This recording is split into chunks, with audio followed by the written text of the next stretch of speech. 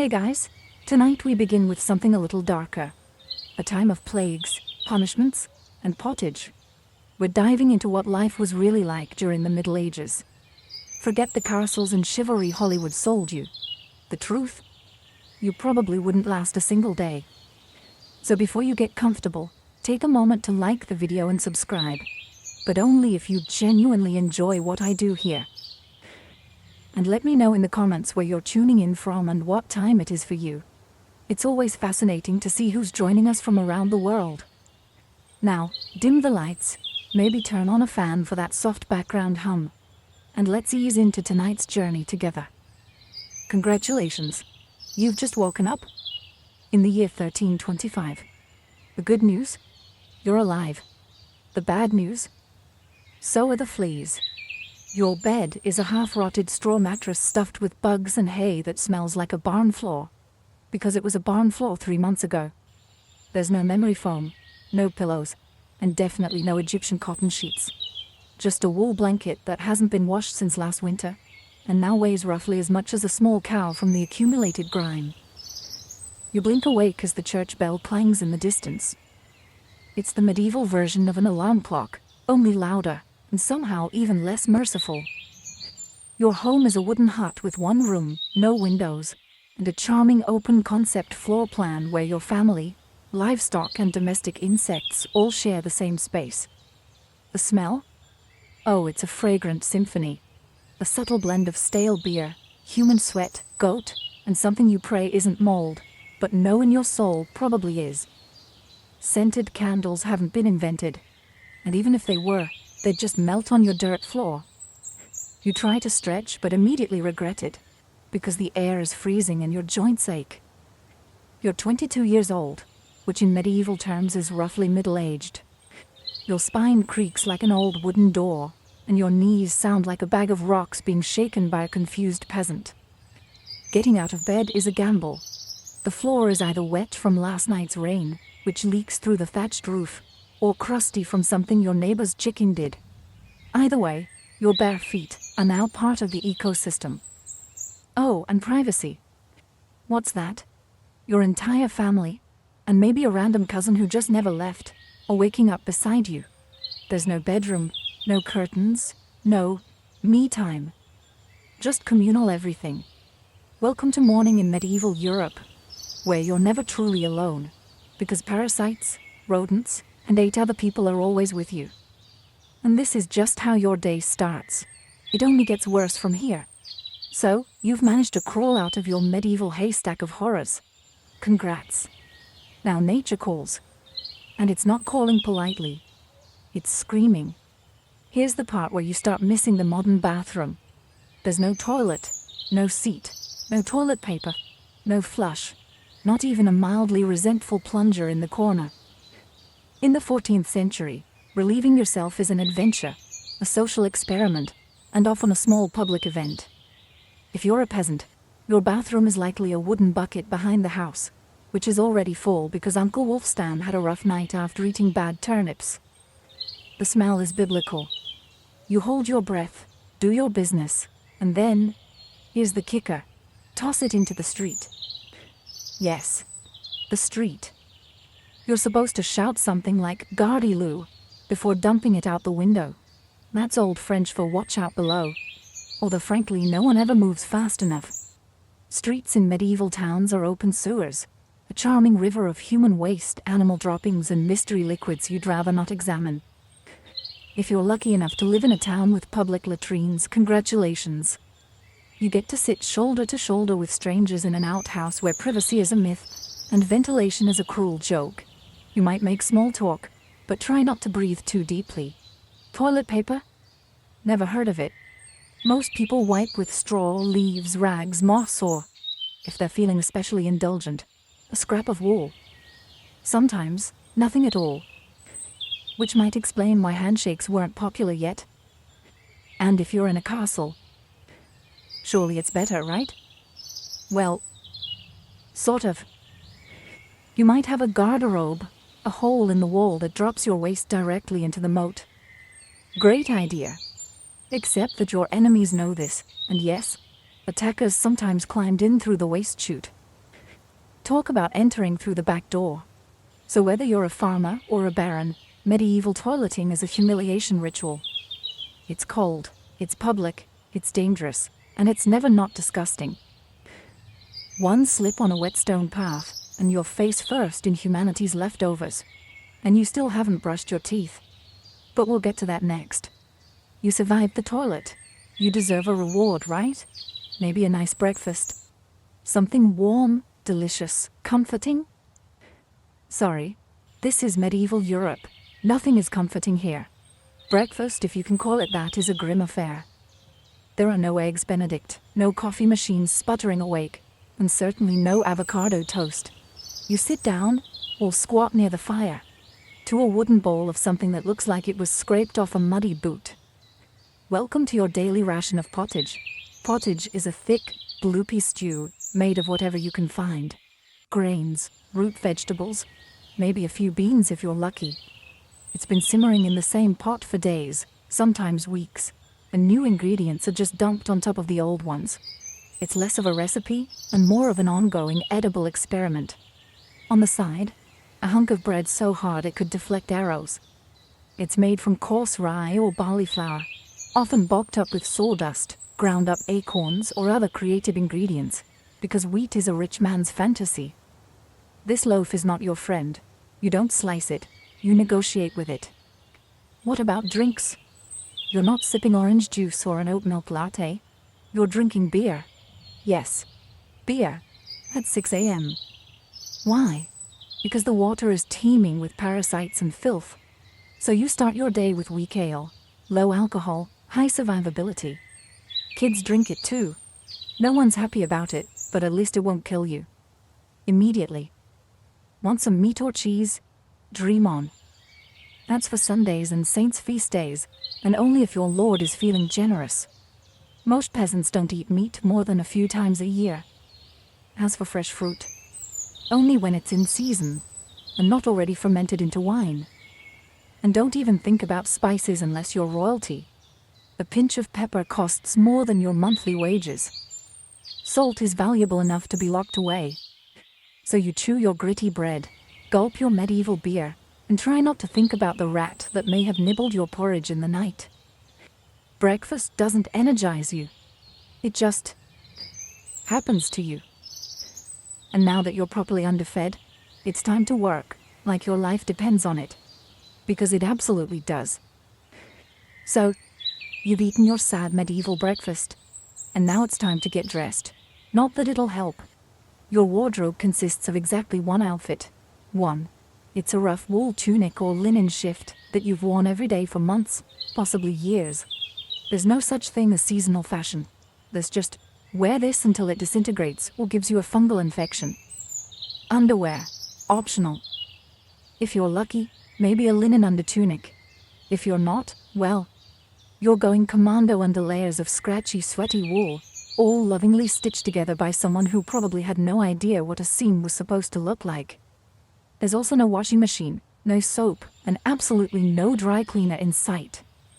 So your clothes are stained, stiff, and scented, like a compost pile that's been left to marinate in a pigsty. Even if you wanted to wash them, it's not easy. You'd have to haul water from a river or, well, heat it over a fire, scrub your tunic on a board with ashes or lye, and hang it in the sun, which is out approximately 3 days a year. And don't get me started on shoes. If you own any, they're made of untreated leather, barely stitched together, and offer as much arch support as a banana peel.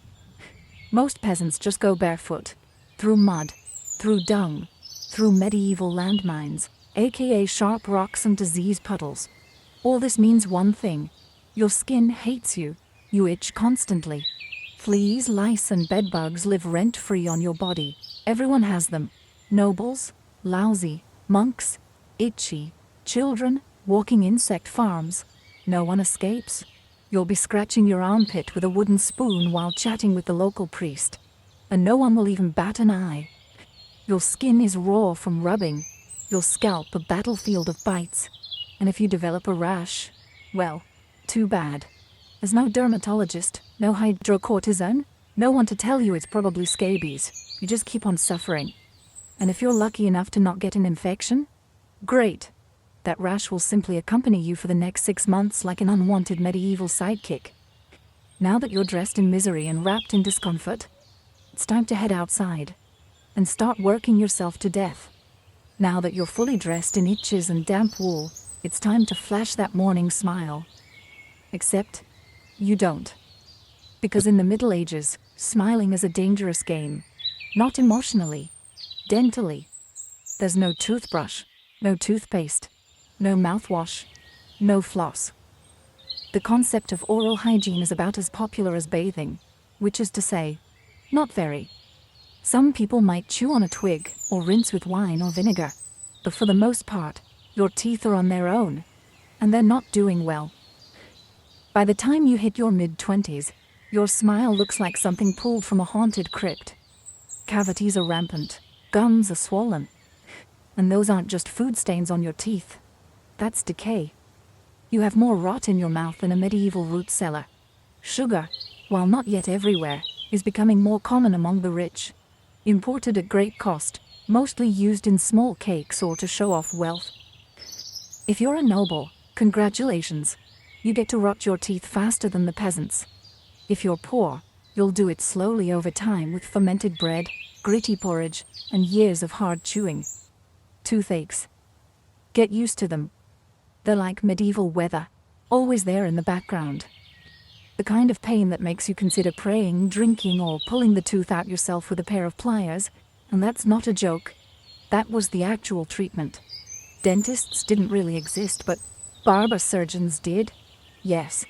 The same guy who cuts your hair is also pulling your molars out by candlelight with an iron hook and zero anesthesia. Infected tooth?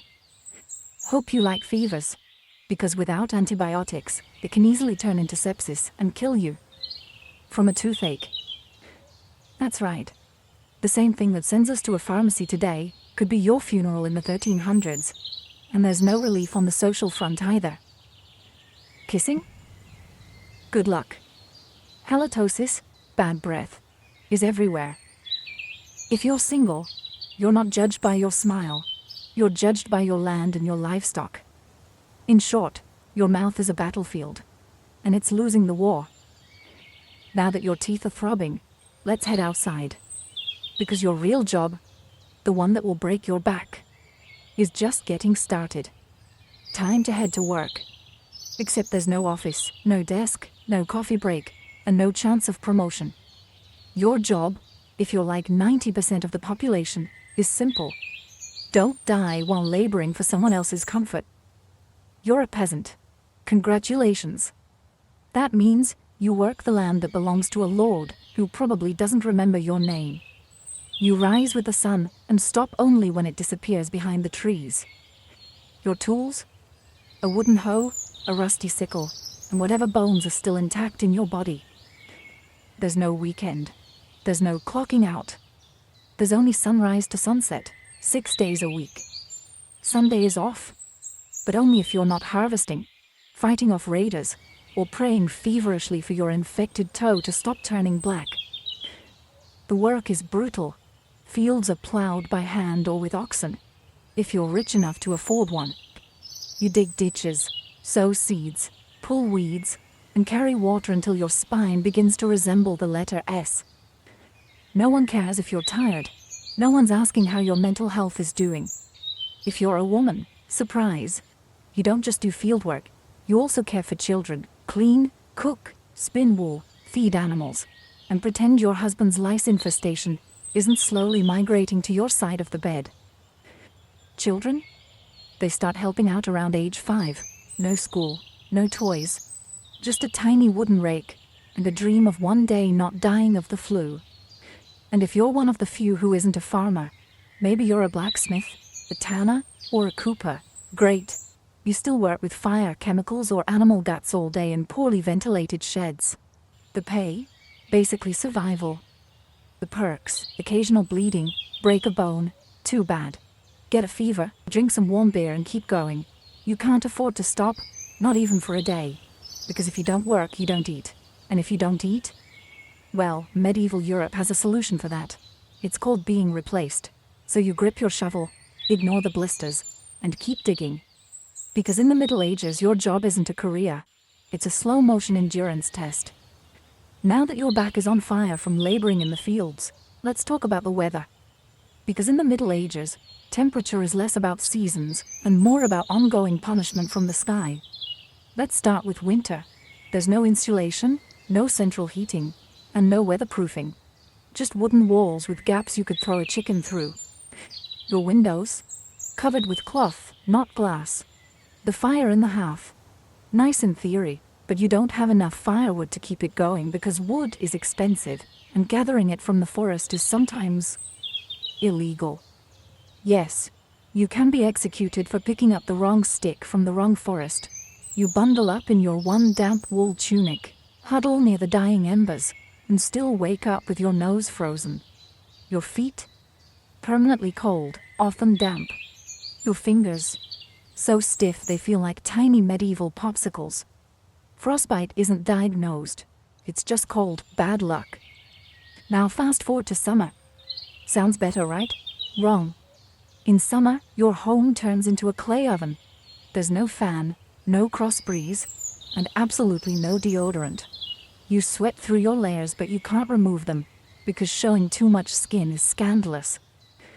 And also invites sunburn, insect bites, and social judgment.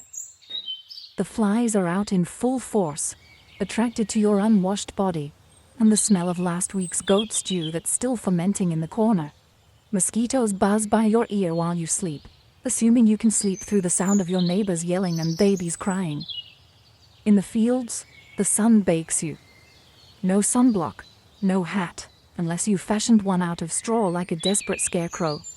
And the worst part, you still have to work. Heat stroke is just called taking a bad turn. So you're either shivering in your own hovel, wondering if your toes will make it to spring, or you're sweating through your only pair of socks while your thighs chafe into oblivion. And the one thing that never changes, no matter the season, your clothes still itch, your food is still terrible, and your next job, still waiting. Welcome to climate control, medieval style. There is none. Feeling thirsty? Need to freshen up? Want to splash a little water on your face to wake up from this damp fever dream of a life? Too bad. In medieval times, water isn't your friend. It's trying to murder you quietly. Let's start with drinking. The nearby stream looks fresh, bubbling and clear, like something out of a fantasy movie. But spoiler alert, it's not. Upstream, someone just dumped a chamber pot into it. And if not that, then a dead pig is probably decomposing in it. Parasites, bacteria, and the entire microbial army of medieval Europe, awaiting in every sip. That's why people drank beer. Yes, beer, even children. But before you imagine medieval kids doing keg stands, understand that it was small beer, weak in alcohol, strong in survival. Brewing boiled the water, so it was safer than whatever flowed through the town ditch. Wine was another option, if you were rich enough to afford it, and unconcerned with functioning properly before noon. What about bathing? Surely water was used for cleaning. In theory, yes. In practice, absolutely not. See, back then, people believed bathing actually opened your pores and let the disease in. That's right. Washing yourself was considered medically risky. You were cleaner, apparently, if you never removed the protective layer of filth caked onto your skin. Communal bathhouses did exist, but they quickly gained reputations as places for gossip, scandal, and sometimes full-on medieval extracurriculars. So naturally, the church got involved and shut many down. Even if you did want to bathe, it was a full production. You'd need to fetch water from the well, boil it over a fire, fill a wooden tub that leaked, and then pray no one else in the house used it before you. Or worse, after. And rainwater? Collected in open barrels where birds poop, insects breed, and moss thrives. Sounds refreshing, doesn't it? So whether it's going in your mouth, on your body, or onto your crops, water in the Middle Ages is less of a life source and more of a gamble. One wrong gulp, and you're spending your final days sweating in a straw bed, clutching your stomach, and contemplating all your life choices. Next time you sip tap water, raise a glass for our ancestors. They didn't have the luxury of hydration without hazard. So, you drank the water. Or maybe you didn't. Maybe you just stubbed your toe on a rock shaped like disappointment. Either way, you're sick. You need help. You need a doctor. Too bad you live in the Middle Ages where medicine is really just polite torture with a theology degree. Let's start with the diagnosis. Everything wrong with you, whether it's a cough, rash, broken bone, or the creeping plague, is caused by your humors being out of balance. The 4 humors were blood, phlegm, yellow bile, and black bile. According to medieval science, your health depends on keeping them balanced, like some sort of internal soup. Got a fever? Too much blood. The answer? Bloodletting. That's right. Let's drain your life force into a bowl using a dull blade or a hungry leech. And yes, barbers were often the ones doing it. Imagine getting a haircut and the hemoglobin extraction in one sitting. 2 for 1, baby. Feeling sad or anxious? That's clearly an excess of black bile. The cure? Laxatives. Maybe a warm herbal purge. Or just prayers and a cold compress while everyone avoids eye contact with you and starts carving your coffin. Now, if you break a bone or get a nasty wound, you're in real trouble. There's no anesthesia, unless you count passing out from pain. Surgery is done with knives that haven't been cleaned since the Crusades. Tools are heated over fire not for sterilization, but because they just look scarier that way. Antibiotics? Centuries away. Germ theory? Not invented yet. They think disease comes from bad air, or God being annoyed with your moral failings. Got a stomachache? Must have been your sinful thoughts. Hope you like confessing while vomiting. If your condition gets worse, you'll be treated with more leeches, possibly some crushed beetles, and a priest at your bedside giving last rites just in case. At this point, they're preparing for the cure known as death. And if by some miracle you recover, everyone just assumes God took pity on you. The doctor takes full credit and the leech gets promoted. So yes, in the Middle Ages, medicine is less about healing and more about surviving the cure. After a long day of labor, lice, and leeches, it's finally time to eat. You shuffle back to your hovel, stomach growling, ready for the one joy left in life, a warm meal. Bad news. Your meal is probably trying to kill you. Let's begin with the basics. Food preservation doesn't really exist. There's no fridge, no freezer, just salt, smoke, or the hope that winter air keeps things fresh. Your meat, if you're lucky enough to have any, has been hanging for days, covered in flies, marinated in questionable brine, and possibly shared with a rat or 2. Bread is the cornerstone of the medieval diet, but even that isn't safe. In bad harvest years, desperate peasants bulk it up with bark, sawdust, or even clay to make it stretch. And if it's rye season, there's a bonus. Ergot, a fungus that causes convulsions, hallucinations, and sometimes death. It's like eating bread laced with LSD and tetanus. Vegetables? Only if they're in season. And you know what's always in season? Turnips. So many turnips. Boiled, mashed, or floating in pottage, which, if you remember from chapter 3, is basically a hot swamp of mystery ingredients that's been simmering since your great-grandfather's funeral. Fruit might be available in the fall, but it rots quickly, and sugar is rare, expensive, and hoarded by the rich to show off their blackened teeth. Dairy is another gamble. Fresh milk spoils in hours. Butter and cheese fare better, but they're loaded with bacteria.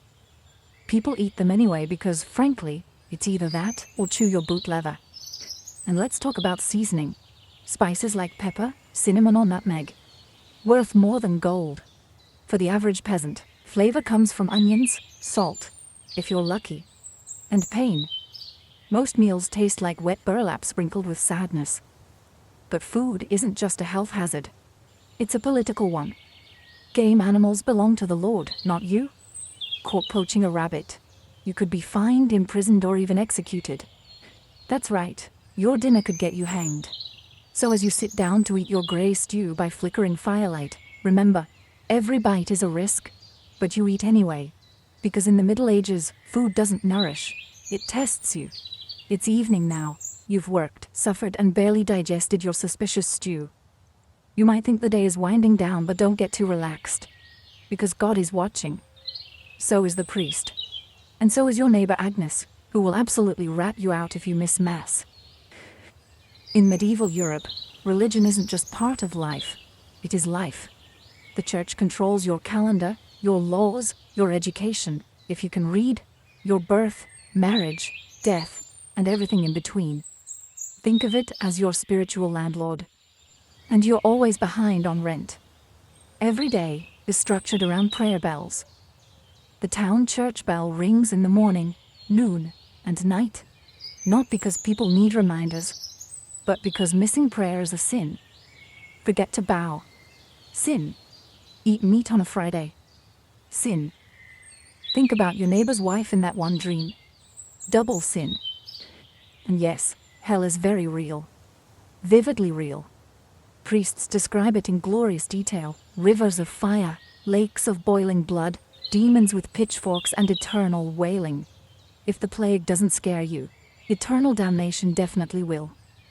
You can't read the Bible yourself because it's written in Latin, a language reserved for monks, clergy, and that one noble kid who's too good for dirt. You rely on the church to interpret everything for you. That means if the priest says your crop failure is because you didn't pray hard enough, well, time to kneel harder. Tithes, 1/10 of everything you own, are mandatory. If you grow wheat, you give wheat. If you raise chickens, you give eggs. If you have nothing, congratulations. You're spiritually bankrupt and financially doomed. Holidays, they're holy days, dozens of them. And while they offer breaks from labor, they're not for fun. They're for attending Mass, fasting, confessing sins, and reminding yourself that joy is a dangerous indulgence. Questioning the church is dangerous. Heretics are burned. Witches are drowned. Blasphemers are flogged. And skeptics are quickly reformed. So you go through the motions. You chant. You bow. You pray that your soul, after enduring this dirt-covered life, might finally land in paradise, assuming the priest likes you. Because in the Middle Ages, God may be merciful. But the church? Not so much. If you thought being a medieval peasant was rough, try doing it as a woman. All the filth, famine, and fear, plus childbirth, subservience, and social invisibility. In the Middle Ages, being a woman is like being on hard mode, with no health potions and no restart button. From birth, a girl's life path is pretty much locked in. Marry young, bear children, serve your husband, die tired. Education? Not likely. Unless you're from a noble family and sent to a convent, your intellectual development stops around the time you learn how to churn butter and patch a tunic. Marriage happens early. Really early. It's not weird to be betrothed at 12 and pregnant by 14. It's not about love. It's about land, livestock, and alliances. Your opinion? Not required. Once married, you're basically your husband's property. Your job is to produce heirs, feed everyone, keep the house running, and not complain. Because complaining might get you branded a nag, or worse, a witch. That label comes with a complimentary drowning or burning, depending on local fashion. Childbirth is a death lottery. There's no prenatal care, no sterile tools, no anesthesia. Midwives do their best, but even minor complications can mean death for the mother, the child, or both. Some women survive 10 pregnancies. Many don't survive 2. But don't worry. Once the baby is out, your work increases. Now you have a screaming infant in a lice-ridden hut, and you're expected to nurse, cook, clean, and still help in the fields. You don't get a break. You are the break for everyone else. If you're unmarried, you're suspicious. If you're widowed, vulnerable. If you're outspoken, dangerous. Women who didn't conform were often accused of witchcraft, especially if they had herbal knowledge, a strong personality, or just looked at someone funny on a rainy Tuesday. Even in the church, your role is limited. Nuns lived under strict rules. No speaking without permission. No freedom of movement. and your spiritual worth. Always ranked below men. In short, if you're a woman in the Middle Ages, you're expected to endure, obey, reproduce, and suffer in silence, ideally while smiling. Because even in a time of universal suffering, women were somehow expected to suffer gracefully. So far, you've battled filth, starvation, social injustice, and possibly a goat. But just when you think your day can't get any worse, here comes violence, loud, bloody, and often completely acceptable by medieval standards. Let's be clear, the Middle Ages were not peaceful. The idea of law and order mostly meant, hope the local lord isn't in a bad mood. Violence is everywhere. In the home, in the streets, on the battlefield, in church disputes, and sometimes in line at the communal bread oven. Crime is common, punishment is brutal, and justice is more performance art than protection. Steal a loaf of bread. You could lose a hand. Accused of lying. Your tongue might get pierced. Gossip too much? Meet the scold's bridle, a metal mask strapped to your head with a bar in your mouth.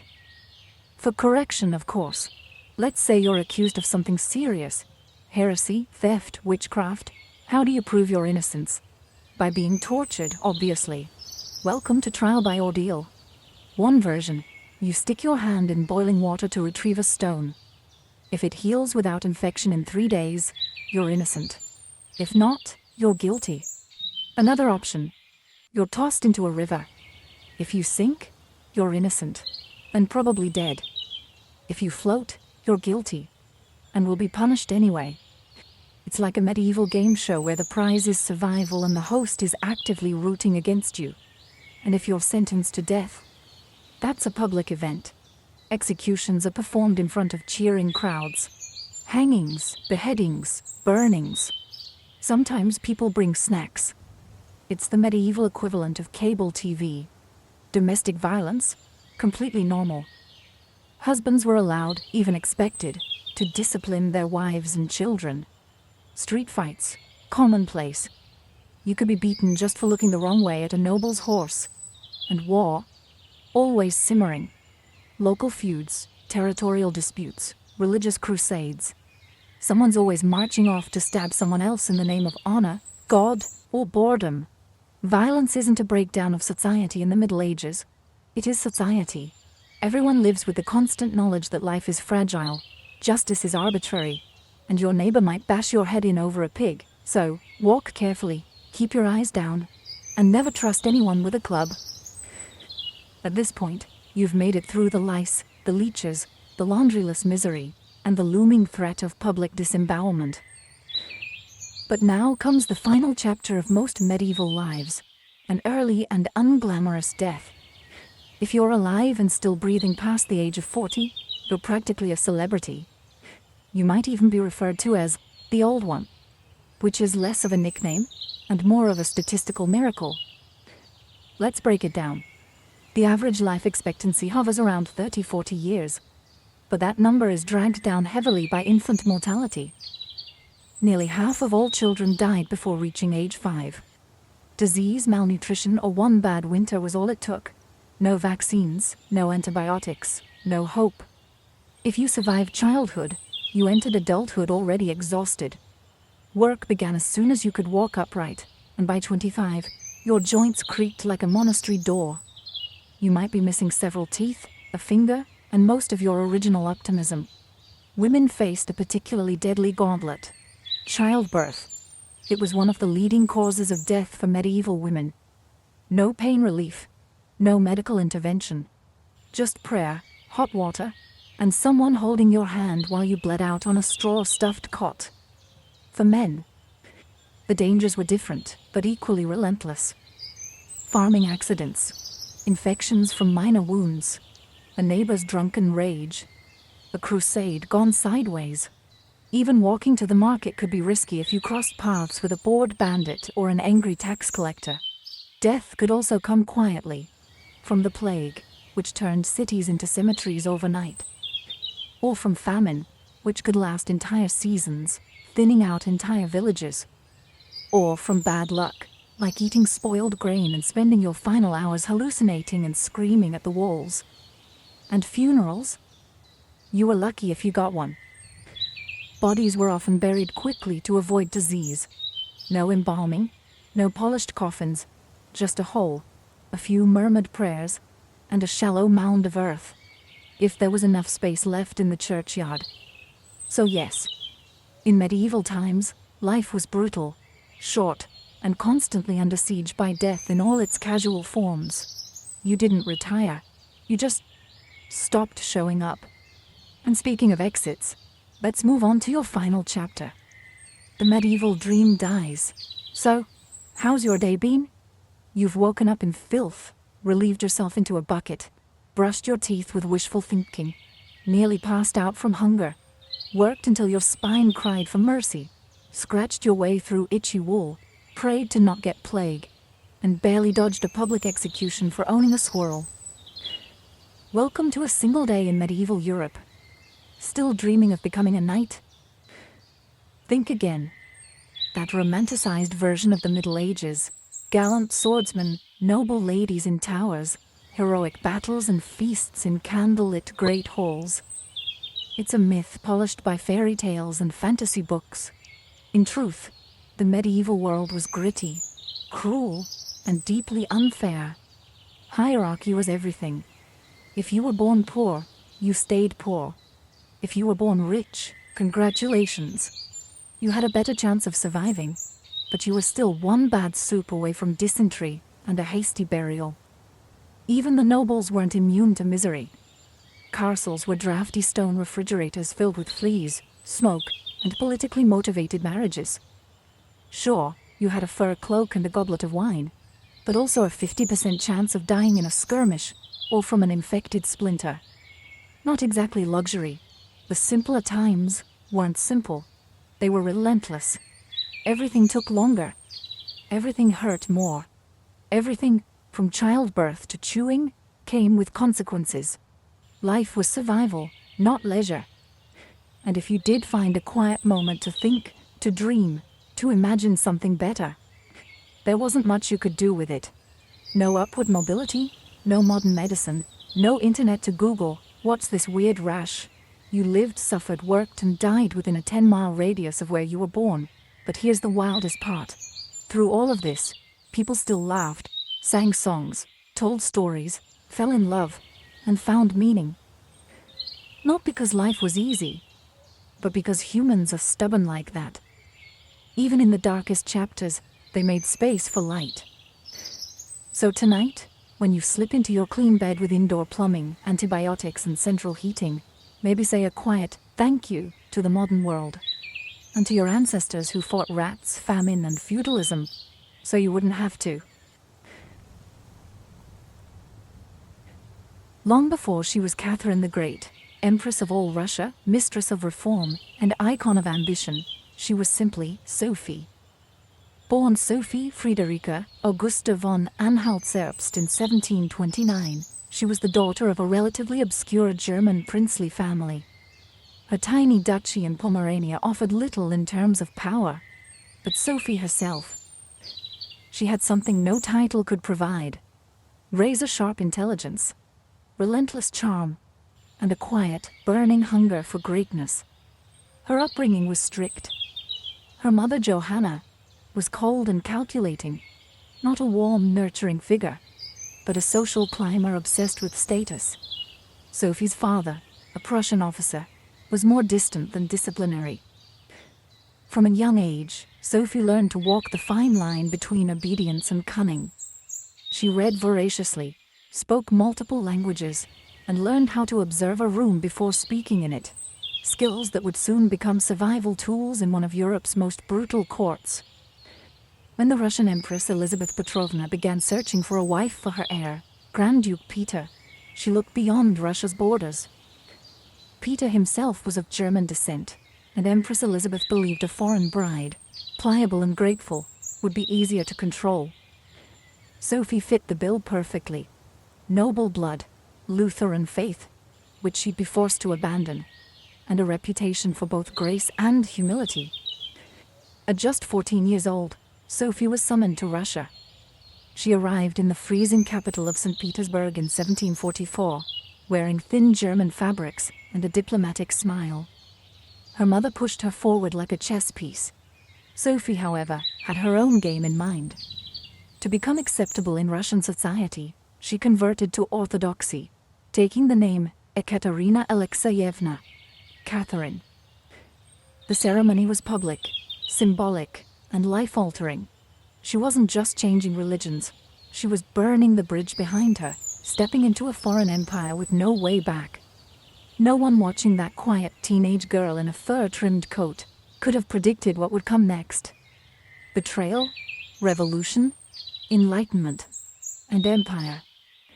But from the moment Sophie stepped foot in the Russian court, she stopped being a pawn and began planning how to become a queen. Catherine's marriage to Grand Duke Peter was meant to secure her place in Russian royalty. But from the very beginning, it felt more like a cage than a crown. Peter, heir to the Russian throne, was not the dashing prince of fairy tales. Awkward, immature, and obsessed with toy soldiers, he was far more interested in playing war games in his chambers than governing an empire, or showing affection to his new wife. Some accounts even suggest he refused to consummate the marriage for years. He idolized Frederick the Great of Prussia, and resented the Russian court that had adopted him. In contrast, Catherine embraced Russia with a fierce determination. She learned the language, studied its history, and memorized Orthodox rituals. She wanted to belong. Peter wanted to escape. This mismatch wasn't just emotional, it was political. The Russian court was a viper's nest of gossip, paranoia, and brutal power games. Empress Elizabeth still ruled with absolute authority, but her health was in decline. Everyone knew a transition was coming, and everyone had an agenda. Catherine was watched constantly. Her letters were read, her friendships monitored, and her every move scrutinized. She couldn't trust her husband, her mother, who was still whispering in her ear on behalf of foreign interests, or even her servants. In this world, alliances could turn into accusations overnight. But Catherine was no fool. She learned to play the court's games quietly, cultivating allies in the shadows. She charmed military officers, made friends with scholars, and developed a reputation for dignity and restraint. A stark contrast to her husband's childish tantrums and open contempt for Russian traditions. Behind closed doors, Catherine began reading Enlightenment thinkers like Voltaire and Montesquieu. While others saw her as a young consort, she was building a vision, not just for herself, but for Russia. A nation of strength, education, and reason. But there was one problem. The longer Peter lived, the longer Catherine remained in limbo.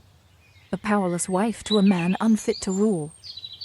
So she waited, observed, and planned. She knew the Russian throne wouldn't be inherited. It would have to be taken.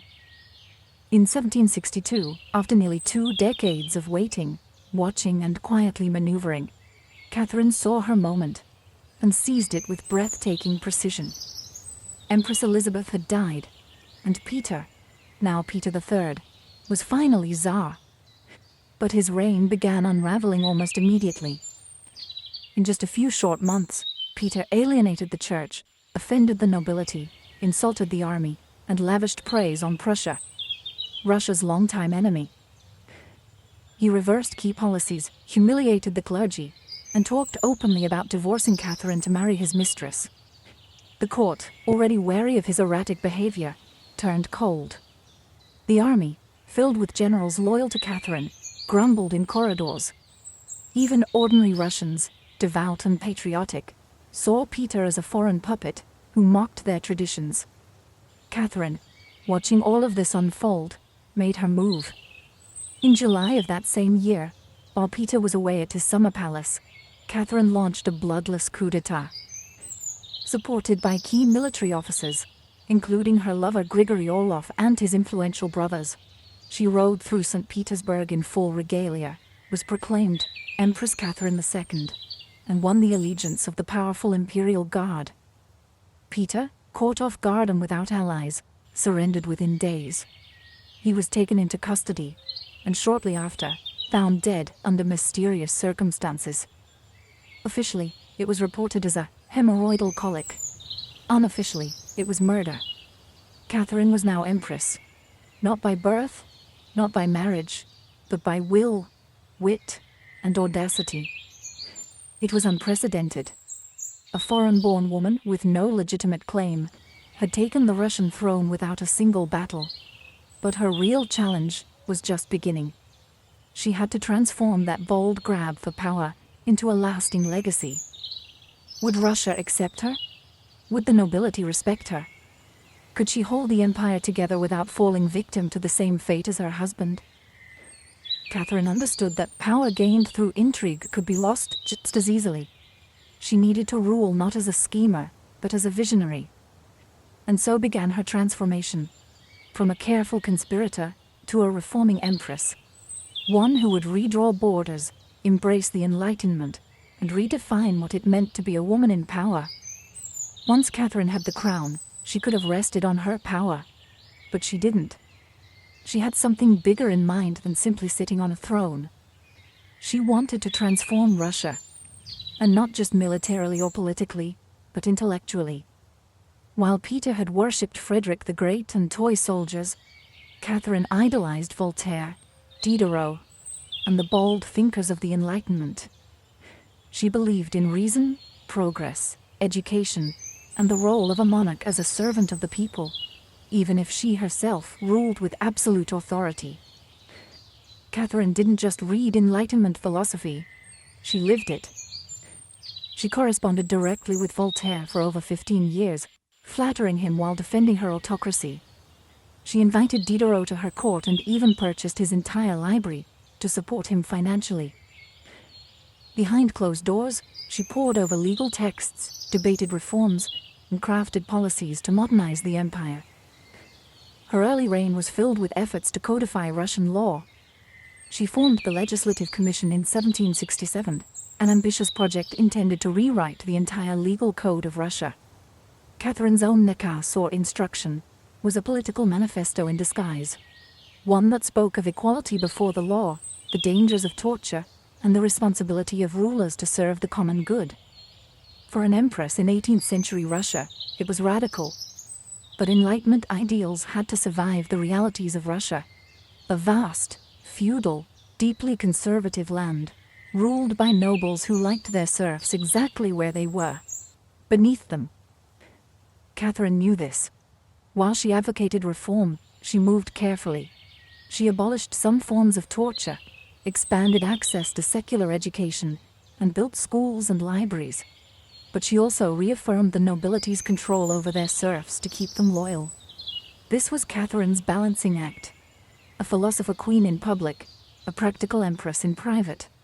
She walked a tightrope between ideology and survival, between the shining salons of Paris and the gritty politics of Moscow. Her vision for Russia was bold, but always calculated. In many ways, Catherine wasn't trying to make Russia European. She was trying to make Russia modern, on her terms.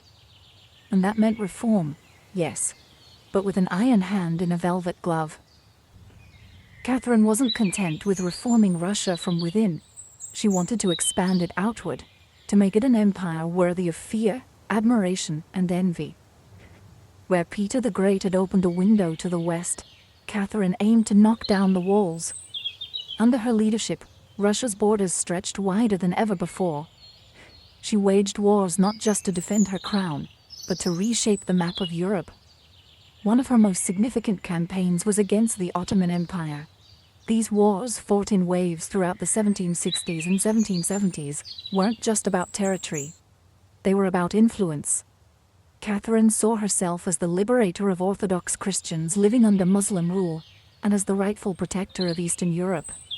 Under generals like Alexander Suvorov and Grigory Potemkin, Russia captured key regions including Crimea, the northern coast of the Black Sea, and access to warm water ports, something Russian czars had coveted for generations. These victories weren't just military, they were symbolic. With each conquest, Catherine sent a message. Russia was no longer the distant, backward cousin of Europe. It was a continental force. She also turned her gaze westward. In a series of deals and diplomatic maneuvers, Catherine participated in the partitions of Poland, carving up the struggling Polish-Lithuanian Commonwealth, along with Austria and Prussia. By the end of the Third Partition in 1795, Poland was erased from the map, and Russia claimed vast new lands and millions of new subjects. But Catherine didn't just conquer with armies. She also colonized with ideas. New cities were built. Trade routes were expanded. German settlers were invited to cultivate Russian farmland. The empire became a mosaic, from the icy Baltic to the sun-drenched shoals of the Black Sea. And through it all, Catherine remained the central force, reading reports, issuing orders, and personally overseeing the shape of her expanding empire. Critics would accuse her of being power-hungry, even imperialistic. But to Catherine, expansion wasn't ambition. It was destiny. A great ruler, she believed, was measured not just by ideas but by borders. She didn't just want to rule Russia. She wanted to remake it as a civilized empire, feared by its enemies, respected by its peers, and loyal to her alone. For all her brilliance and power, Catherine the Great was just as famous for what went on behind palace doors. And no, not all of it was whispered in libraries. Catherine's private life became one of the most talked about aspects of her reign. She had lovers, not just one or two, but a carefully curated parade of them. Many decades younger, often handsome, and sometimes politically influential. She didn't hide them. In fact, she often rewarded them with titles, estates, and pensions, if they behaved well. If not, they were quietly dismissed, sometimes with a polite thank you and a promotion. Among the most important of these lovers was Grigory Potemkin, a man as brilliant as he was bold. Their relationship blurred the lines between romance, politics, and partnership. Some historians believe they may have even married in secret. Together, they shaped military campaigns, colonization projects, and the transformation of southern Russia. Potemkin wasn't just a lover, he was her co-ruler in many ways. Still, Europe couldn't look past the scandal. Gossip swirled. Satirical pamphlets painted her as lustful, insatiable, even unhinged. And after her death, the rumors only got worse, the most infamous being the completely false and grotesque tale involving a horse, spread by her enemies to smear her legacy. But why the obsession? Simple. Catherine was a woman who wielded power unapologetically. And in a world where female rulers were expected to be either saintly virgins or tragic figures, she refused to play the role. She lived, loved, and ruled on her own terms. And that made her dangerous. Ironically, while her critics painted her as immoral, Catherine herself was deeply philosophical about love and sexuality. She believed pleasure was a natural part of life, and that personal relationships didn't have to threaten public responsibility. She separated emotion from governance, a feat few male rulers managed. In reality, her liaisons were often strategic. She surrounded herself with men who were loyal, capable, and politically useful. And when they ceased to be, she let them go, usually with a smile and a generous retirement. Catherine's love life didn't weaken her rule. It was part of her strategy, a blend of passion and power that made her unforgettable, envied, and feared. For all her charisma and control, Catherine's reign was not without peril. And in 1773, that peril came in the form of a bearded Cossack named Yemelyan Pugachev. He was no ordinary rebel. Pugachev claimed to be none other than Peter III, Catherine's dead husband. According to him, he had survived the coup and now returned to reclaim the throne from the German usurper. It was absurd. Peter was long gone. But to Russia's oppressed and exhausted lower classes, the claim didn't need to be true. It just needed to offer hope. Pugachev promised liberation, an end to serfdom, lower taxes, and land for the common people. His words lit a fire across the Volga River region, especially among Cossacks, peasants, and old believers. In a time when the gap between nobles and serfs had widened brutally, his promises sounded like salvation. The Pugachev rebellion became the largest peasant uprising in Russian history. Towns were taken. Fortresses fell. Nobles were slaughtered.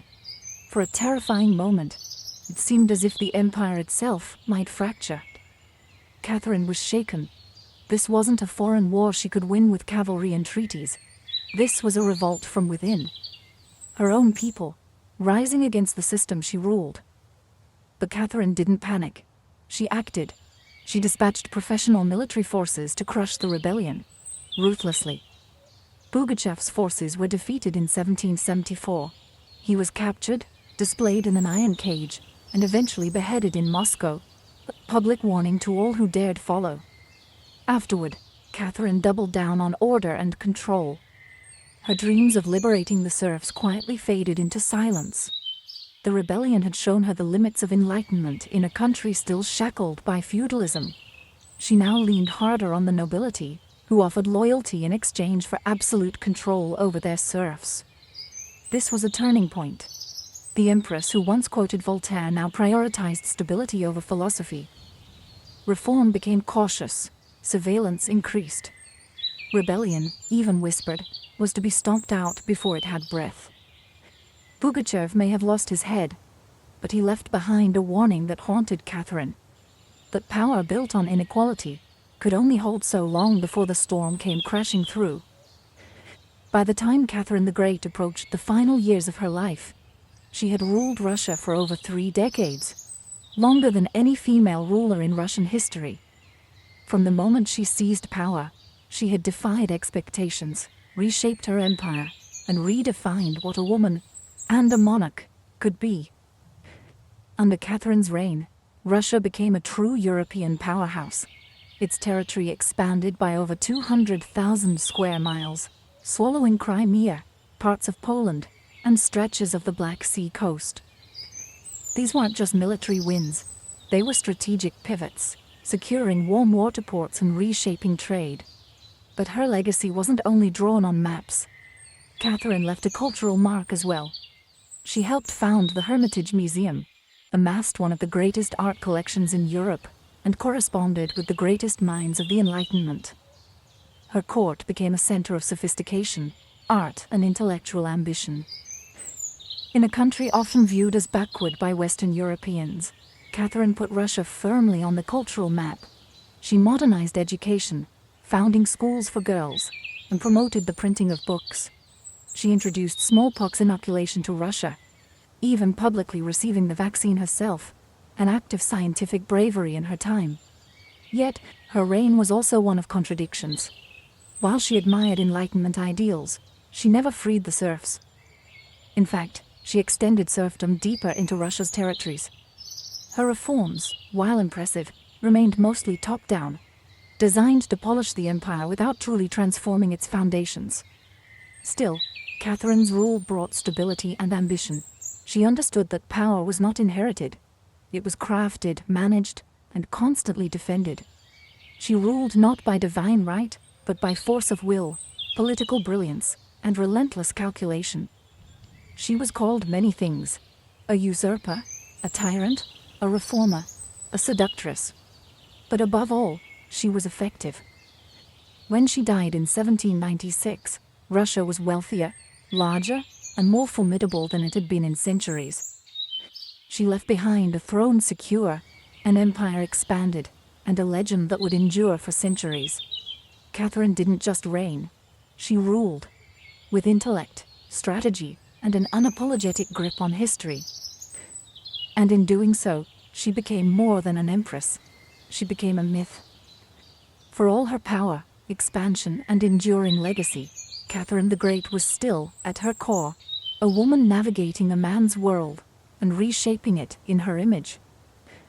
Behind the imperial portraits and state decrees was someone deeply aware of how precarious her position was. She was not born Russian. She came to the throne through a coup. She ruled an empire that didn't want a woman in charge, and yet she not only endured, she thrived. Catherine was never content to be ornamental. She read constantly, wrote endlessly, and never stopped learning. Her daily schedule was intense. Hours of reading reports, corresponding with foreign powers, editing state papers, and managing a court filled with rival factions. She wasn't content to simply sit on the throne.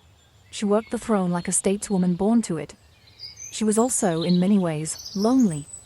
She surrounded herself with courtiers, lovers, and artists, yet wrote in her memoirs of how few people she could truly trust. Her son Paul, whom she distrusted and kept away from state matters, grew into a man she feared would undo all her progress. Her greatest emotional partnership, with Grigory Potemkin, faded into deep friendship, but his death in 1791 left a wound that never truly healed. Catherine crafted her image carefully. She understood the power of narrative, and wielded it better than most monarchs of her age. She posed as Mother of Russia, enlightened monarch, warrior empress, and lover of the arts.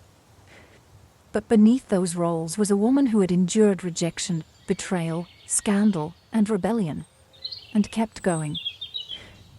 When she died in 1796, she left behind an empire transformed, but also questions. Could she have done more to end serfdom? Were her Enlightenment ideals compromised by politics? Was she more reformer or ruler? History remembers her by the title she never gave herself: the Great. It wasn't because she was flawless, or kind, or just.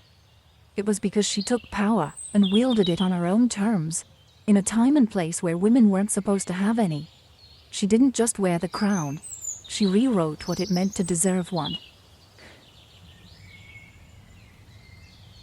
In the humid depths of the Chiapas jungle in southern Mexico, the ruins of Palenque whisper stories from the ancient Maya world. Towering temples rise above the canopy, their limestone faces eroded by time, but still brimming with secrets. And in 1994, one of those secrets revealed itself. A team of Mexican archaeologists, led by Fanny Lopez Jimenez, was surveying Temple Thurin, a relatively modest pyramid, next to the more famous Temple of the Inscriptions, the burial site of the mighty king Pakal the Great. Temple Thurin wasn't expected to hold much, until they noticed something odd: a sealed, hidden chamber beneath the structure. No looters had touched it. It was pristine. When the archaeologists broke through and lowered themselves inside, they found a stone sarcophagus resting in silence. The air was heavy with the weight of centuries. As they opened the lid, red dust rose like smoke. Brilliant, shocking red. The interior was covered in powdered cinnabar, a toxic mercury sulfide used ceremonially by the Maya. And lying within that crimson cloud was the skeleton of a woman. She had been buried with care and reverence. Her bones were fragile but intact, her skull still wearing a jade mask, and her body surrounded by funerary offerings. Necklaces, diadems, ear spools, all crafted from jade and shell. Everything about the burial screamed royalty. Yet no name was inscribed, no glyphs identified her. It was one of the richest female burials ever found in Mesoamerica. And yet, it was a total enigma. Why was she buried in red powder? Who was she? Was she a queen, a priestess, or perhaps even Pakal's wife? The researchers called her the Red Queen, and the name stuck. But even with modern forensics, they couldn't say for sure who she was. Only that she had lived around the 7th century, during the golden age of Palenque.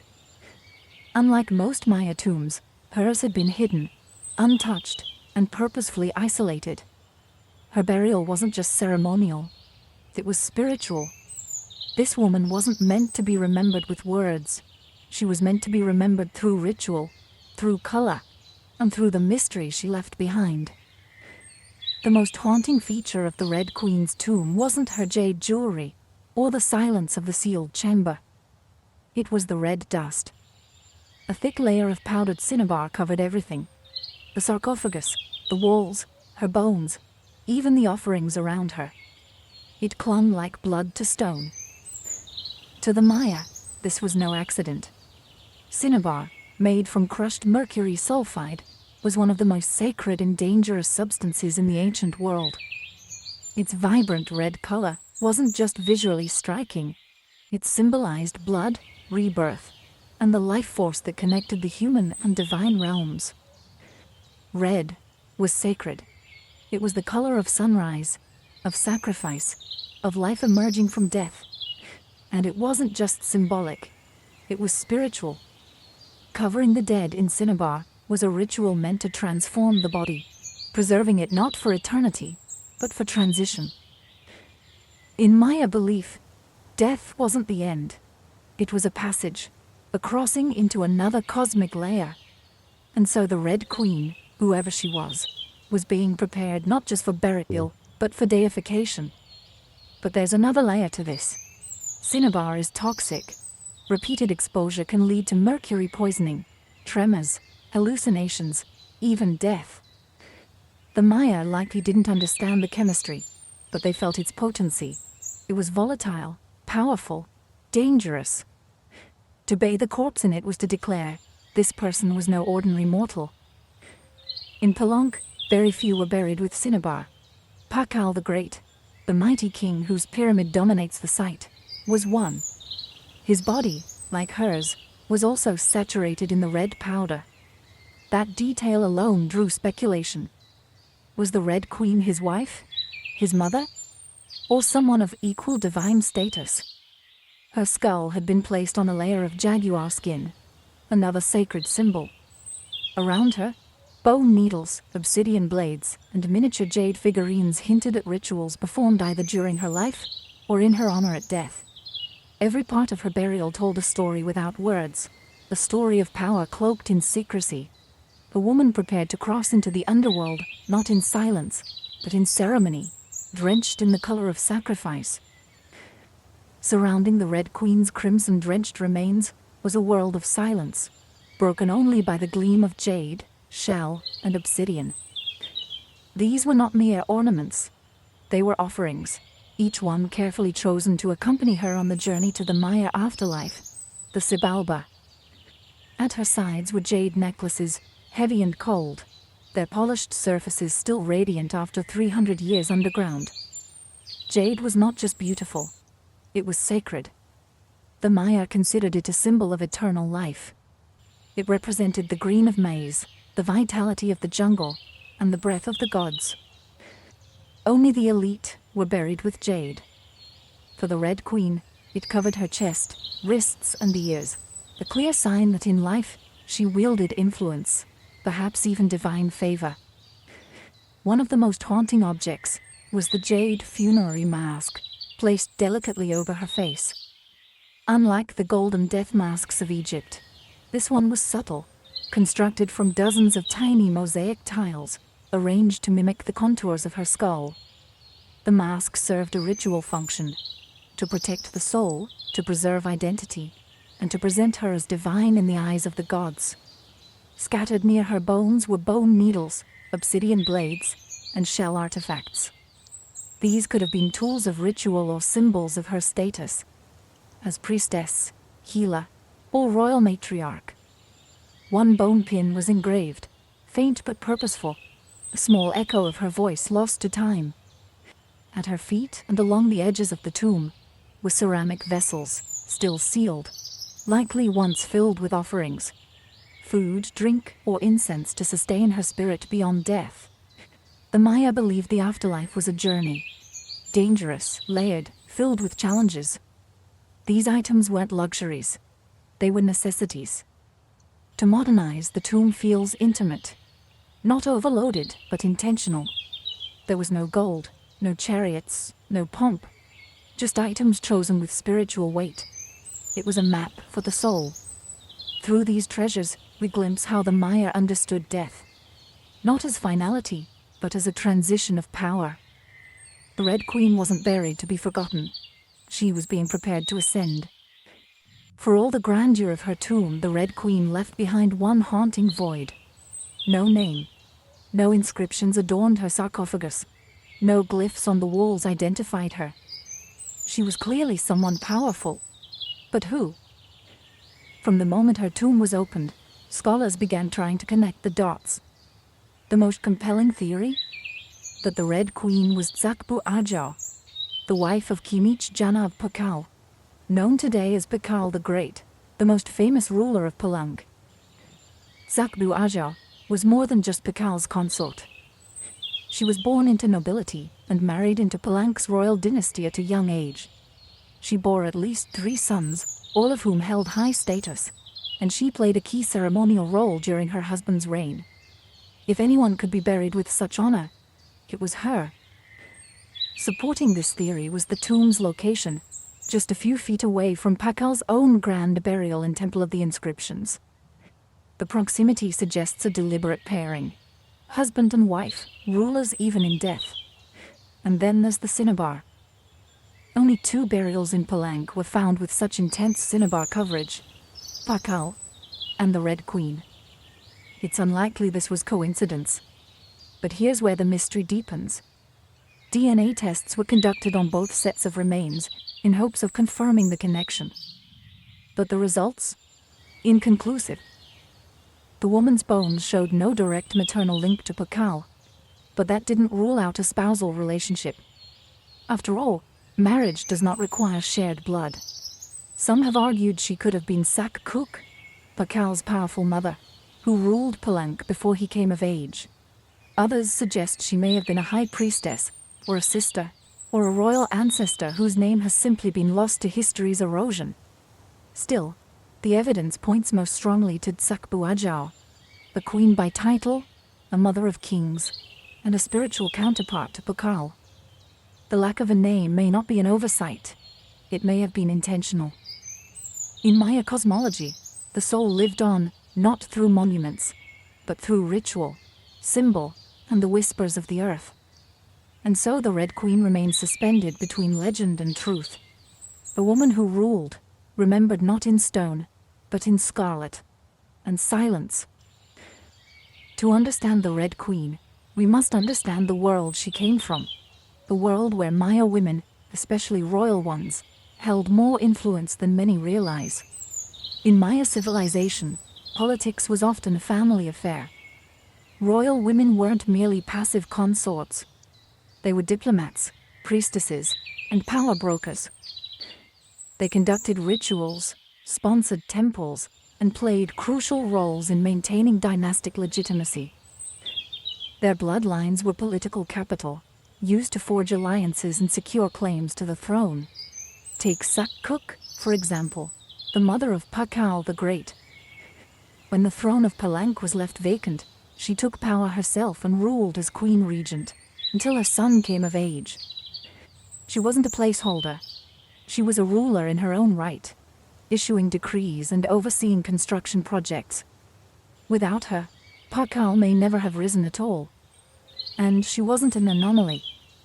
Across the Maya world, in places like Yechilan, Naranjo, and Calakmul, inscriptions show women performing major ceremonies, engaging in warfare diplomacy, and sometimes ruling outright.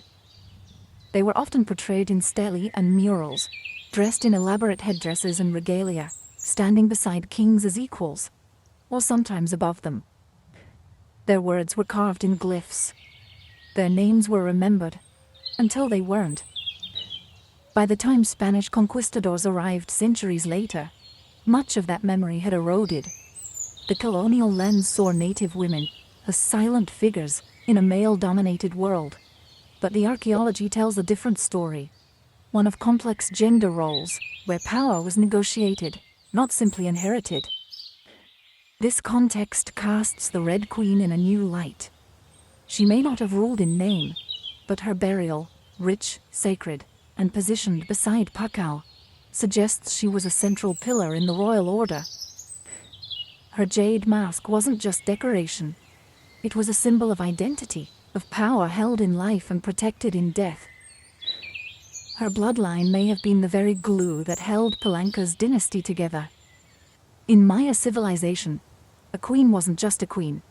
She was a keeper of sacred lineage, a voice in ceremony, and often the bridge between gods and men. The Red Queen may be nameless, but in her world, she was never voiceless. The Red Queen wasn't just buried with treasures. She was buried in architecture rich with purpose, layered with Maya cosmology, ritual symbolism, and intentional design. Her tomb wasn't merely a grave, it was a gateway to eternity. Her body was discovered inside Temple 3rd, one of the smaller pyramids within the heart of Pelang. Yet its proximity to Temple of the Inscriptions, the resting place of Pakal the Great, is telling. These temples weren't built randomly. Their positioning was sacred, guided by astrology, myth, and dynastic legacy. Temple the Farafid rises modestly compared to its grand neighbor, but it hides something even more intimate. A sealed crypt, untouched by looters, perfectly preserved. It was constructed deep within the temple's core, accessible only by a steep, narrow staircase. The descent into her tomb feels almost symbolic, a ritual journey downward, into the underworld. The chamber itself is stark, made of cut stone, sealed tightly for over 1,300 years. No glyphs or murals cover the walls. No ornate carvings tell her story. But perhaps that silence is intentional. This was a space not for the living to interpret, but for the dead to transform. At the center, her sarcophagus sits like an altar. Crafted from limestone, it echoes the grand stone coffin of Pakal next door. While Pakal's lid is famously engraved with scenes of cosmic rebirth, the Red Queen's tomb is more subdued. The focus is inward, on the body, on the cinnabar, on the ritual of death itself. And yet, there are subtle architectural cues that hint at meaning. The tomb is aligned east to west, a symbolic path mirroring the sun's journey from life to death. The chamber is small, but powerful. It feels deliberate, personal, a sacred enclosure for someone revered. Maya temples were cosmological tools, bridges between the heavens, the earth, and the underworld. To be buried in one was to be elevated beyond the human realm. The Red Queen's eternal home wasn't an afterthought. It was a carefully constructed shrine, a place where death became transformation. Her bones rest in stone, her essence in cinnabar, and her legacy in the architecture itself. A temple that speaks without words, telling us she mattered. To the ancient Maya, death wasn't the end. It was a threshold, a sacred passage into the underworld, known as Xibalba. And for someone like the Red Queen, this crossing was not only spiritual, it was political, cosmological, and deeply ritualized. Burial rituals were carefully choreographed events, rooted in myth and meant to guide the soul through the treacherous layers of the underworld. Maya texts and iconography tell us that Xibalba was no peaceful afterlife. It was a maze of darkness, rivers of blood, trials, and gods of death. Only those properly buried, ritually prepared, and spiritually equipped could make the journey successfully. The Red Queen was buried wrapped in cinnabar, encased in stone, and surrounded by offerings, all signs of an elite burial. But there's more. The presence of bone needles and obsidian blades in her tomb hinted auto-sacrifice rituals, possibly symbolic tools representing rites she had performed in life, or that were reenacted at her burial to empower her spirit. Her funerary mask, carefully assembled from jade tiles, was not simply decorative. It may have served as a spiritual vessel, preserving her face and identity as she journeyed into the afterlife. In Maya belief, the face was a mirror of the soul, and the soul needed to be recognized by the gods. The ceramic vessels surrounding her may have once held chocolate, maize, water, or even pulque, to nourish her in the next world. Other items, like stingray spines or shell trumpets, could have represented spiritual tools, calls to the gods, or tokens of ritual communication. Burial wasn't just a goodbye. It was a transformation. The Maya believed in cycles, death as seed, burial as planting, and the afterlife as rebirth. Kings and queens were often seen as earthly incarnations of gods, and in death, they returned to those divine origins.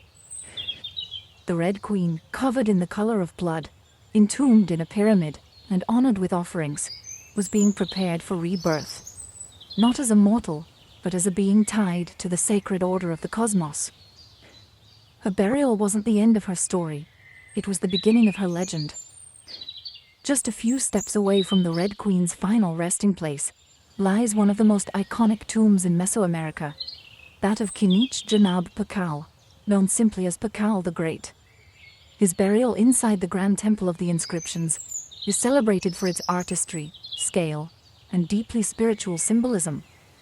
But what makes the Red Queen's tomb so extraordinary is not only what was inside, it's where it was found. Her sarcophagus was hidden within Temple 3, directly adjacent to Pakal's monument. In a city like Palang, where every temple was carefully positioned to reflect cosmic principles, this closeness was no coincidence. It was intentional, a statement etched in stone. Many scholars believe the Red Queen was Tzakbu Ajao, Pakal's queen and trusted consort. While her tomb lacks inscriptions, the similarities between their burials are striking. Both wrapped in cinnabar, both entombed in pyramids, both buried with jade, and both treated with extreme reverence. These rituals mirror each other, as if two halves of a sacred narrative. Pakal's lid famously depicts him falling into the underworld tree, a cosmic scene of death and rebirth. The Red Queen's simpler tomb contains no such iconography, but the symbolism lies in the pairing itself. If Pakal represented the sun, journeying through the underworld at night to rise again, then the Red Queen may have represented the moon, the feminine force that follows its own mysterious path in the sky. Together, they embodied a cosmic duality, masculine and feminine, king and queen, sun and moon, order and ritual. In Maya mythology, rulership was not singular, it was relational. Harmony in the cosmos required balance, and that balance extended into the dynastic court. By placing the Red Queen beside Pakal, the Maya were preserving not just a marriage, but a cosmic partnership. Their proximity in death may have mirrored their roles in life, a queen not behind, but beside her king, sharing not just a throne, but a legacy. In their tombs, they speak without words. Two souls, wrapped in cinnabar and stone, joined across eternity. One of history's most sacred silences. Though her name was lost to time, the Red Queen of Palanque endures, not as a forgotten relic, but as one of the most enigmatic and powerful women of the ancient world. Her tomb, sealed for over 1,300 years, now whispers across centuries, inviting questions that echo louder with every discovery. She represents a mystery that still resists full understanding. We may never know exactly who she was. No glyph carved her name. No stela told her story. And yet, the care in her burial, the richness of her offerings, the symbolism of her crimson-drenched bones, all speak of a woman profoundly important. Not merely as a wife or consort, but as someone who held real influence, spiritual weight, and royal blood. Today, the Red Queen forces us to re-evaluate assumptions. She's a reminder that in the ancient Maya world, women were not silent. They led rituals, governed cities, and shaped dynasties. While kings like Pakal have long taken the spotlight, the Red Queen's re-emergence reminds us that power did not belong to men alone. It flowed through mothers, queens, priestesses, and visionaries. Her legacy is more than the treasures she left behind. It's the conversation she started. Among archaeologists, historians, artists, and storytellers. Every jade bead, every layer of cinnabar, every architectural choice in Temple Thathid tells us something deliberate. This woman mattered. And perhaps that's the most extraordinary part of her story. Not what we know, but what we still don't.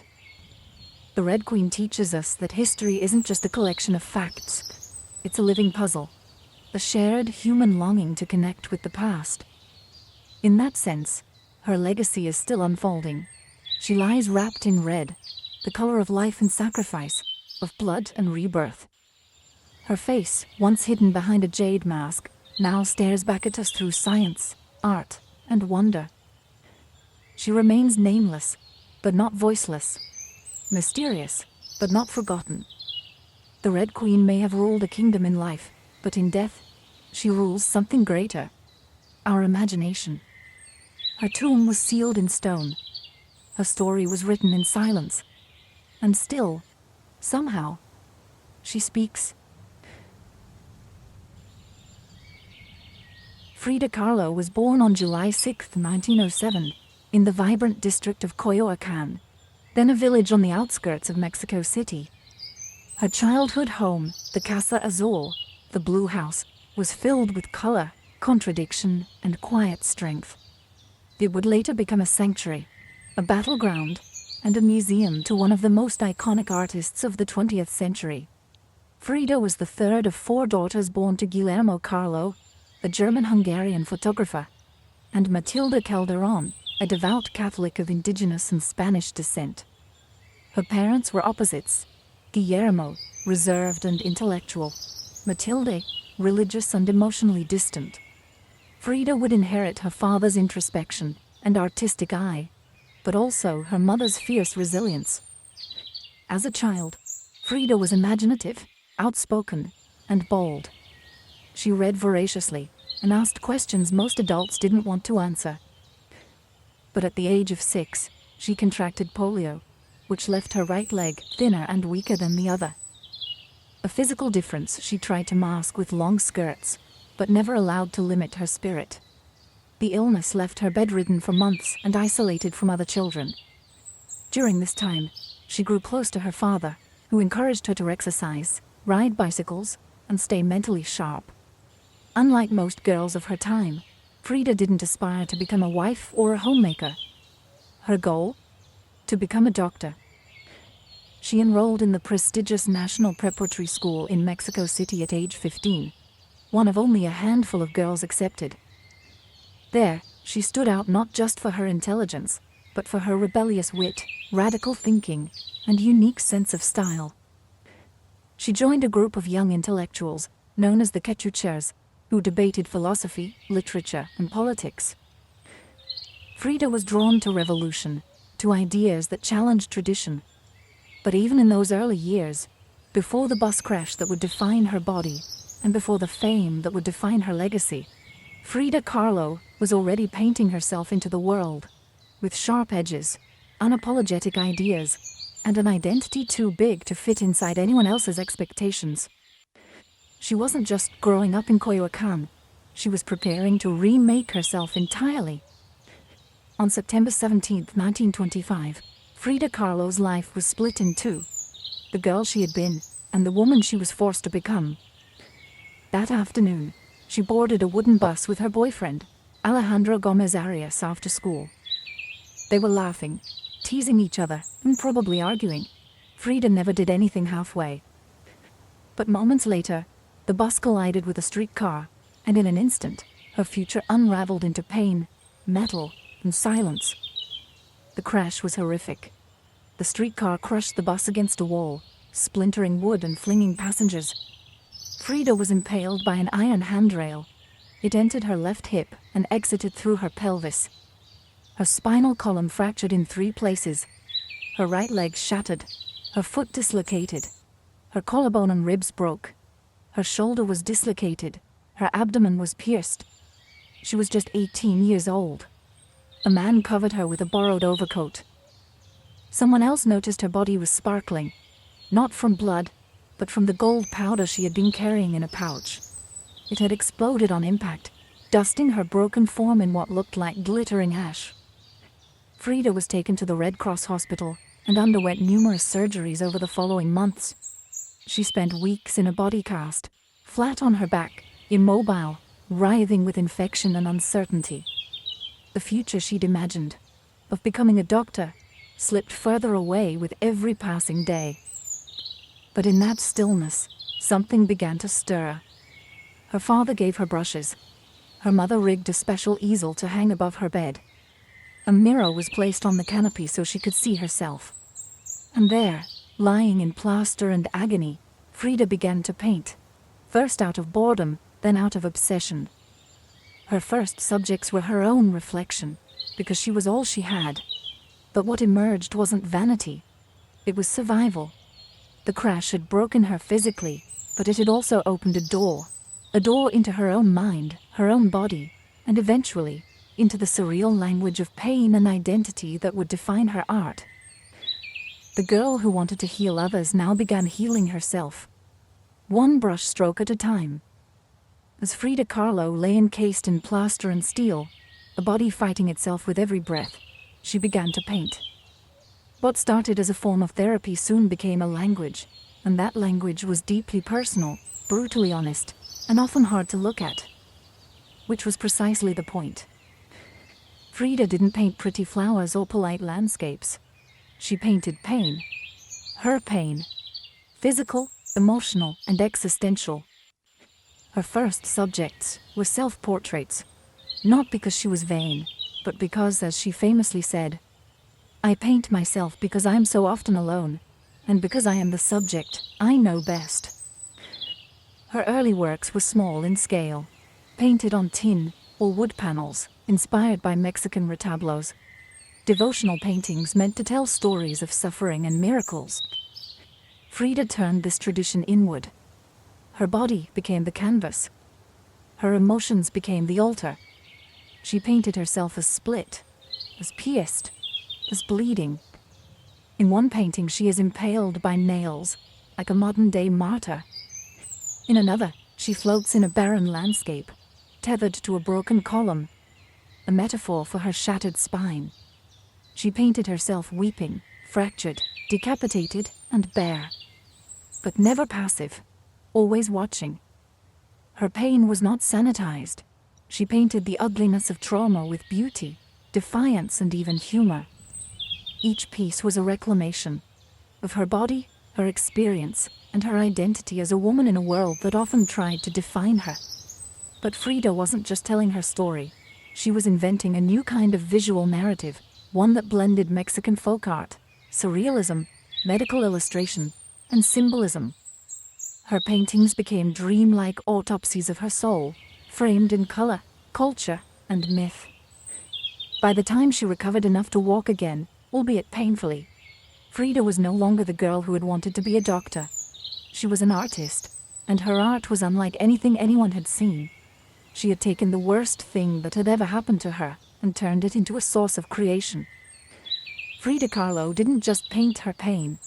She made the world look at it. And in doing so, she turned suffering into a sacred act of self-expression. In 1928, still recovering, still painting, and just 21 years old, Frida Kahlo met the man who would become the most profound and turbulent relationship of her life, Diego Rivera. He was 20 years her senior, already Mexico's most famous painter. Massive in both stature and presence, Rivera was a giant of Mexican muralism, known for his sweeping, politically charged frescoes that told the story of the Mexican people. Frida had seen his work before. She admired it. But now she wanted his opinion of her work. She brought her paintings to him at the Ministry of Education, interrupting his scaffolded work to ask bluntly, "Do I have talent?" Diego took one look and said yes, and not just out of kindness.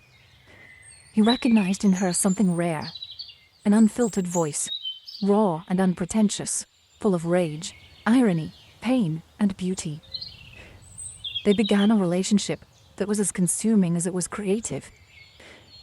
Frida once said, "I suffered 2 accidents in my life. One in which a streetcar knocked me down. The other was Diego."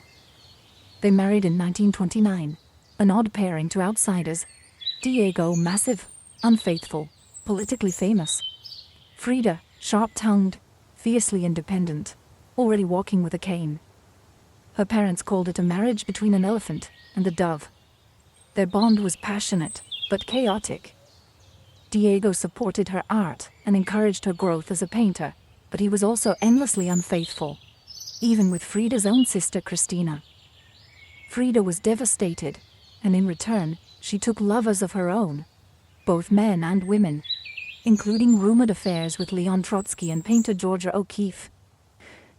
They divorced in 1939, then remarried a year later with different terms. This time, Frida would keep her autonomy, her home, her money, her name. Their second marriage was less about traditional love and more about creative partnership and mutual understanding. Despite the betrayals and the heartbreak, Diego remained a constant force in Frida's life.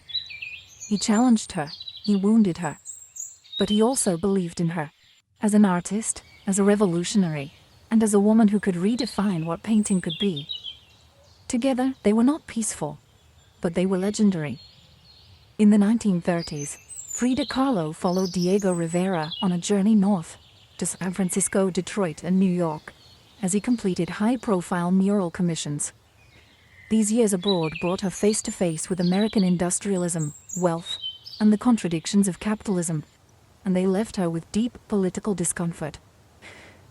Frida was a proud Mexican nationalist, a committed communist, and an admirer of indigenous traditions. The opulence she witnessed in the United States, especially while the Great Depression ravaged much of the country, only deepened her sense of disillusionment. In letters home, she mocked the culture's materialism and obsession with appearances. She missed the grit, color, and contradiction of Mexico. While Diego painted enormous murals on factory walls, Frida began to paint smaller, quieter revolutions, deeply personal works on tin and canvas. Her style solidified, sharp, surreal, emotional, and intimate.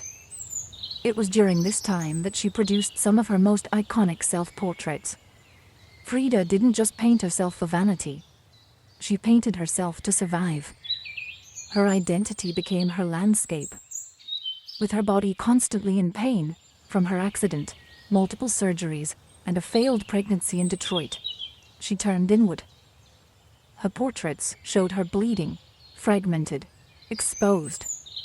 Yet her face was always calm, always direct, unapologetic. One of her most powerful works, Henry Ford Hospital, shows her lying on a hospital bed, crying, surrounded by floating symbols of loss. A fetus, a snail, medical equipment, a cracked pelvis. It was raw, graphic, and deeply emotional. A canvas that bled with truth. Back in Mexico, Frida immersed herself in leftist politics. She and Diego welcomed Leon Trotsky into their home while he lived in exile. Frida wore Tijuana dresses, traditional indigenous garments, not just as fashion, but as a political and cultural statement. Her art was never disconnected from her beliefs. Her identity, her body, and her ideology all intertwined in her work. While Rivera was painting murals of revolution, Frida painted its human cost, the body in pieces, the mind on fire, and the self always staring back. In exile and in illness, she became not just a painter of pain, but a painter of resistance. When Frida Kahlo returned to Mexico in the late 1930s, she was no longer just Diego Rivera's wife. She had become something else entirely. A force, an artist whose work radiated with raw honesty, surreal symbolism, and cultural identity.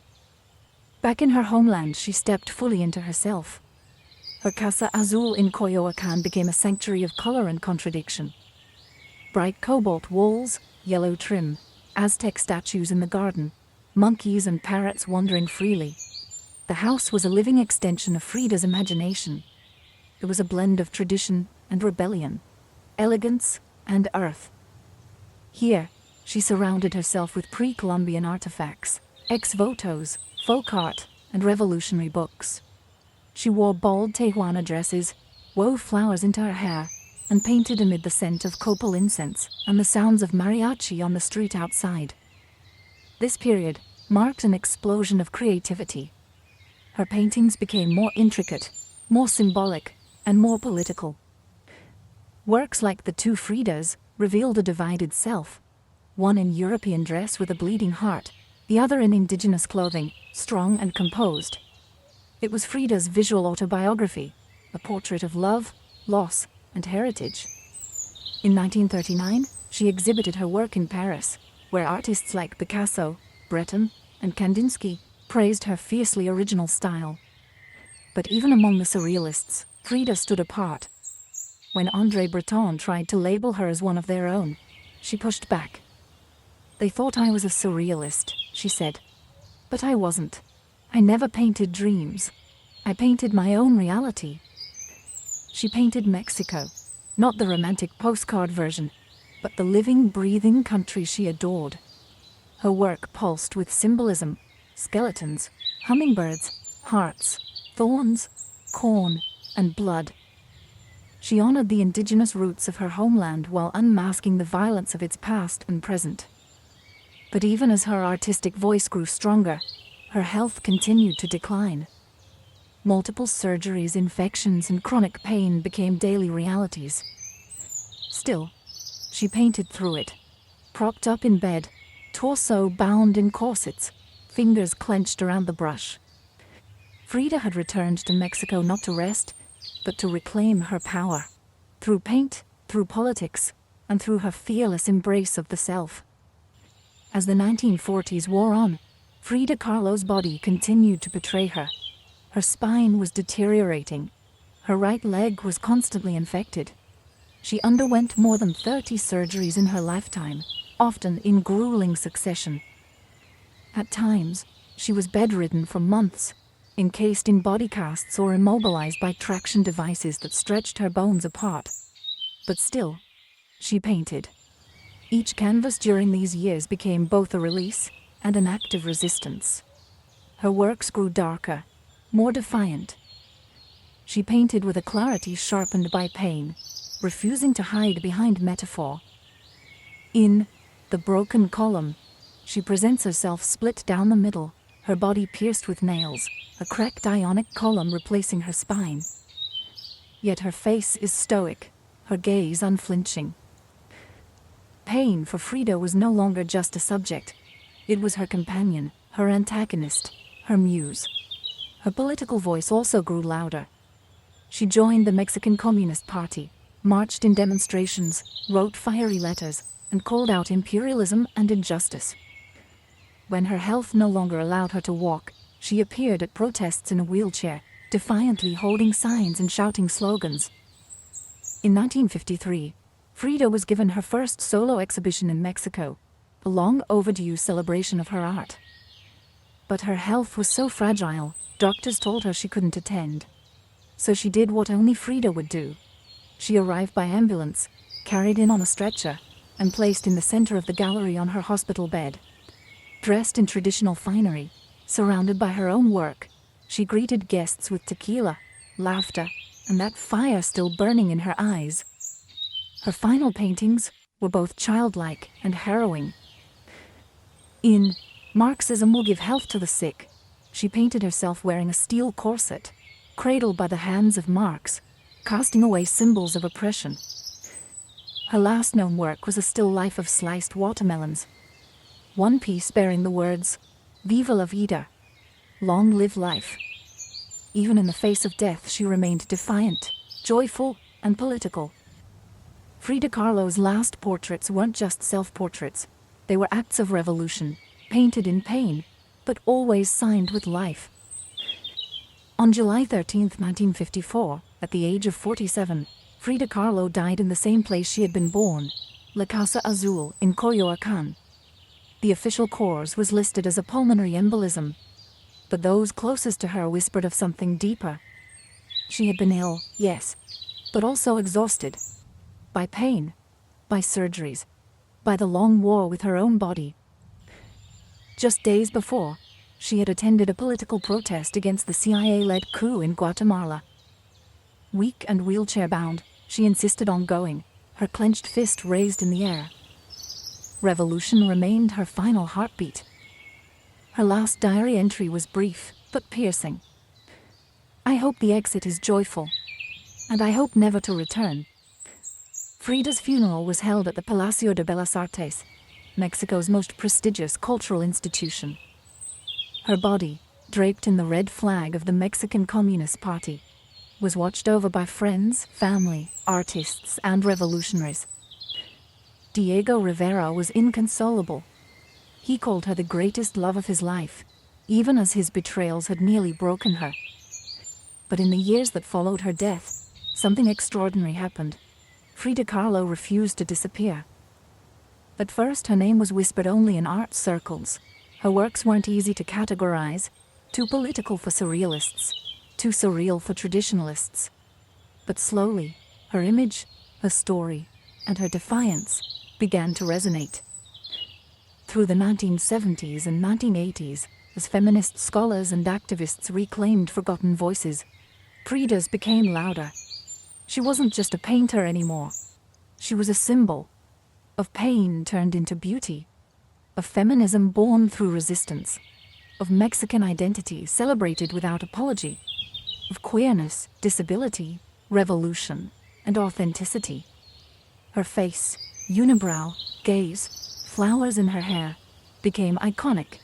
Her home became a museum. Her diary became a sacred text, and her paintings now hang in the world's greatest museums. Frida Kahlo had lived much of her life in Diego's shadow, but in death, she stepped forward. She didn't just leave behind paintings, she left behind a mirror and dared us all to look, not with pity, not with fear, but with fire. Today, Frida Kahlo's face is everywhere, printed on t-shirts, painted on murals, turned into dolls, memes, posters, and icons. Her signature unibrow, her flower-crowned hair, her direct gaze, all instantly recognizable. But what makes her legacy powerful isn't just that people know her face, it's that they recognize the truth behind it. Frida didn't try to be flawless. She didn't fit into boxes. She wasn't conventional, and she didn't care to be. In a world that demands perfection, she gave us realness. Raw, messy, vibrant, angry, joyful, contradictory realness.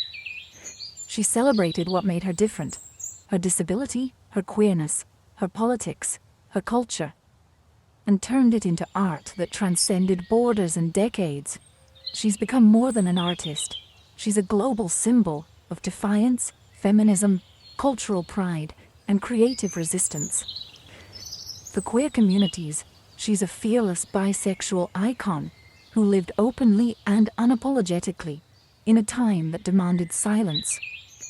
For women, she's a reminder that power doesn't require permission.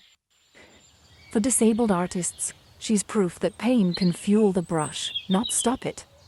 And for Mexico, she's a daughter reclaimed, fierce, folkloric, and forever part of the national soul. Her paintings, once dismissed as too strange or too personal, are now among the most revered in the world. Works like The Two Fridas, Self-Portrait with Thorn Necklace and Hummingbird, and The Broken Column aren't just seen. They're felt deeply by anyone who has ever suffered and needed to turn that suffering into something sacred. She lived in the margins and turned them into center stage. She embraced contradiction. A communist who wore gold, a woman betrayed who loved again, a body in pieces with a soul unbreakable. And through it all, she painted, not just with color, but with conviction.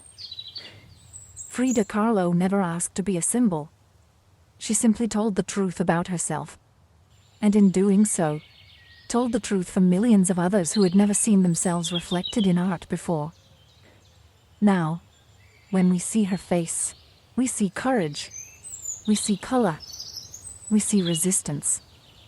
We see Frida, not gone, but immortal.